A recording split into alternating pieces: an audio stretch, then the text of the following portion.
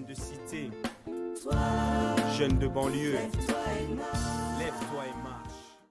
Alors, on va attaquer tout de suite notre première question. On va pas perdre de temps. Notre première question, alors, c'est pour vous, quelle est, quelle est la place justement de Foxy Brown dans la scène hip-hop, dans le hip-hop game? Monsieur Doc Shadow. Alors, du coup, souvent, tu sais, je commence par ça quand tu poses cette question. C'est direct, je la classe dans une catégorie, entre guillemets, tu sais. Et bon, on le sait tous, Foxy Brown, elle a une identité très forte. Et en fait, pour moi, alors ça va peut-être paraître péjoratif si jamais les gens regardent la vidéo, mais pour moi, c'est un compliment. Elle fait partie des chanteuses beach. Tu vois ce que je veux dire? Cette catégorie de ce qu'on appelle les rappeuses beach, etc. Mais dans ma bouche, vraiment, c'est un compliment parce que moi, c'est mes rappeuses préférées. Les Silky Fine et tout ça, les rappeuses comme ça, tu vois, qui envoient. J'aurai l'occasion d'en reparler par rapport à la question pour l'apport en France. Mais voilà, dans ces chanteuses rappeuses, pardon, qui sont vraiment dans ce délire très sexuel, tu sais, de la luxure, etc. Voilà, et qui poussent le truc à fond. Et moi, j'adore ces rappeuses-là parce que souvent, elles ont beaucoup d'attitude, elles ont beaucoup de charisme. Et c'est ce qu'on demande à un artiste. Hein. Voilà, c'est ce qu'on aime chez les artistes, c'est quand ils sont charismatiques, quand ils envoient. Voilà. Et moi, j'adore ça. De toute façon, ça rejoint ma passion aussi pour le rap West Coast. C'est tout ce rap qui représente le plaisir un petit peu, le plaisir primaire, on va dire, voilà. Même si, bien sûr, il y a voilà, tout n'est pas tout rose hein, dans tout ça, mais d'un point de vue musical et avec du recul, moi, c'est ce que j'aime dans la musique. J'aime ce côté un peu, comment dire, un peu dionysien, je sais pas si ça se dit, mais voilà, quoi, voilà. Moi, c'est ça que j'aime chez elle. Et puis voilà, comme tu l'as dit hein, dans ton intro, elle fait partie de ces femmes de caractère, comme on dit, entre guillemets, de la fin des années 90. Notamment, même hier, je regardais, bon, ça n'a rien à voir, hein, mais je regardais un docu sur les Spice Girls. Ils ont sorti un super docu sur Arte qui est disponible en replay. Et on voit vraiment toute cette époque de la fin des années 90, cette espèce de girl power, entre guillemets, même si on sait que c'est un peu une tartufferie parce que bon, on sait que derrière toutes ces filles-là, il y a des hommes qui gèrent le business, donc bien évidemment. Mais quand même, dans l'attitude, moi, c'est quelque chose que j'aime. Voilà. Même si, bien sûr, il y a du bon et du mauvais dans tout ça. Mais elle fait partie de ces rappeuses-là qui ont beaucoup d'attitude et que j'aime beaucoup. Voilà, j'aurai le temps de revenir dessus par la suite. Voilà. Oui, mais c'est sûr que comme vous avez dit, il y avait beaucoup de rappeuses avant aussi. Il y avait MC Light, Queen Pen, Oui, ouais. que j'aime Il y beaucoup avait aussi, hein, d'ailleurs. Queen Latifah, il y avait Salt and Pepper, on peut citer. Roxane chantait. Voilà. Tout à fait, il y avait beaucoup de rappeuses avant. Mais c'est sûr que Foxy Brown, quand elle arrive, avec Lil Kim, hein, on peut les associer si on veut, quand elle arrive, il y a quand même une cassure. Il se passe quelque chose qu'il n'y avait pas avant. C'est comme si, tu sais, comme quand NWA, ils arrivent dans le rap, hein, il y a une Exactement. fissure, il y a quelque chose qui s'arrête.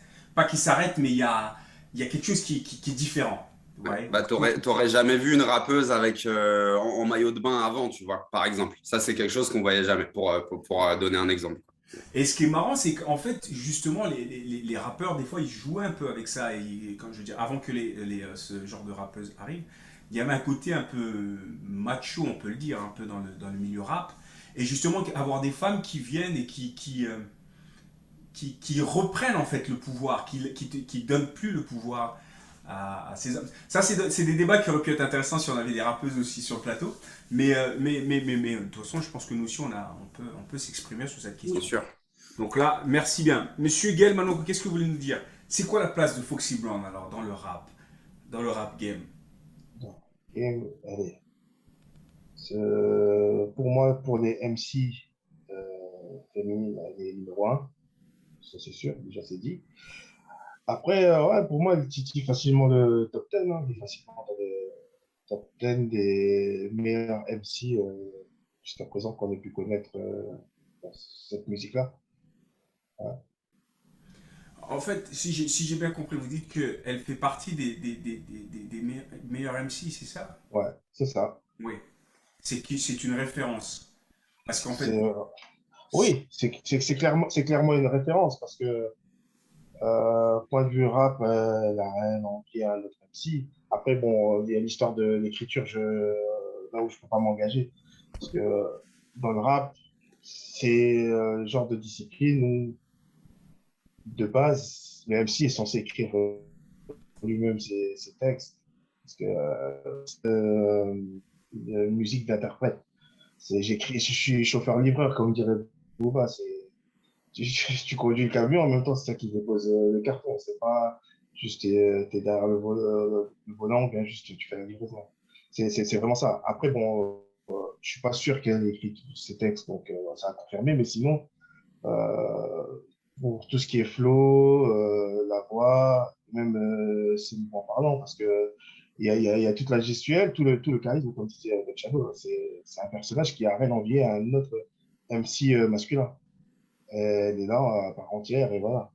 Et aussi, contrairement à tous les MC qui étaient là avant elle, c'est vraiment ça, c'est le côté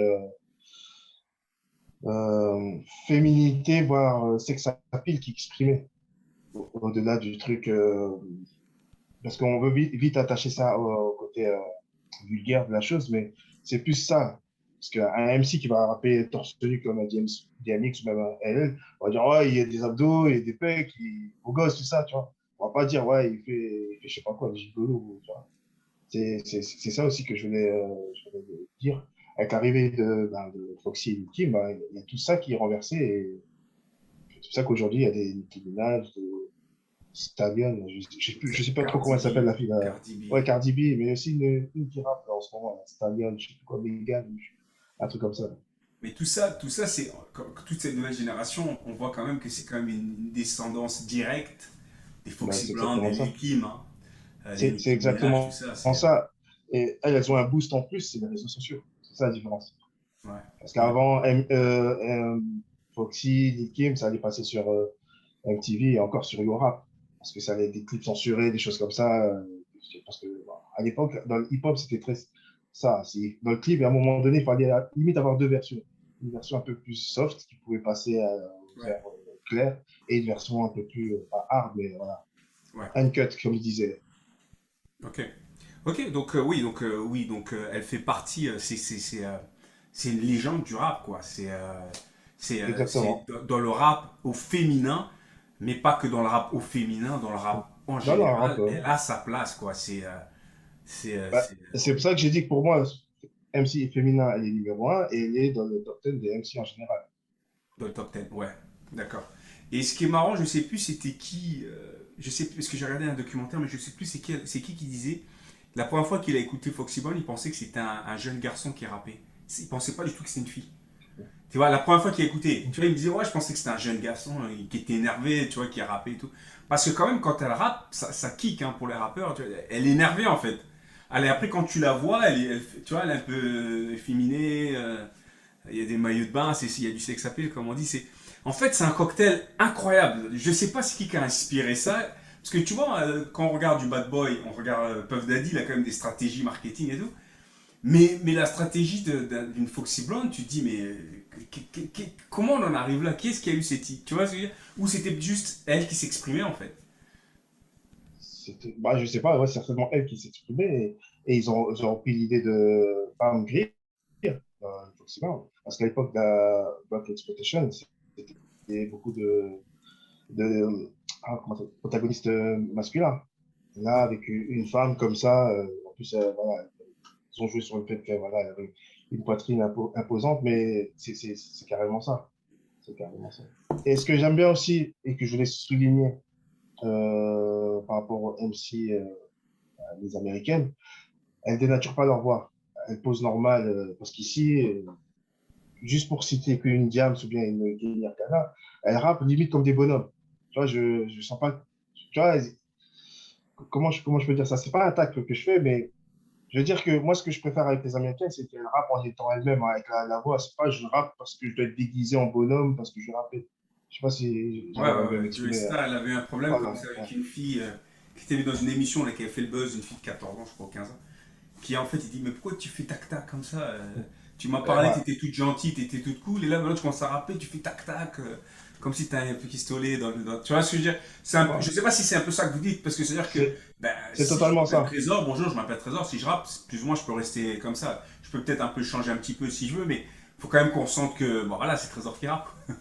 C'est C'est peut-être ça que vous essayez de dire? c'est- c'est- c'est- c'est ça que bah, jusqu'à présent, quoi. J'ai beaucoup de mal, pardon, avec le rap euh, féminin en français. Ouais.